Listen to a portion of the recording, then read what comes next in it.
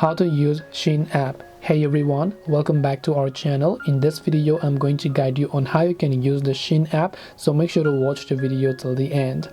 In order to basically use the Shein app, all you have to do is go ahead and first of all launch the Shein application and make sure that you're signed into your account. And once you sign into your account, this is how you're going to see it. By default, you're on the home page where you can simply browse for different products. You'll see the ads, you'll see the ones that are currently trending, the discounted products. The next step is the category. You can browse according to categories. You can see all the new products when you come to the new tab.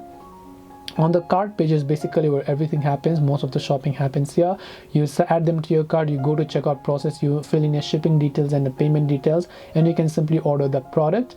Or what you can also do is, if you come to the profile page, you'll be able to see your current order status, your services, your vouchers. If you have some vouchers, you can tap on vouchers that you can use and tap on the apply button if you want to use them. That's all it takes to basically use the Shein app. Hope this video was very helpful. If you have got any questions, feel free to leave them down below. Thank you for watching till the end and see you soon in the next video.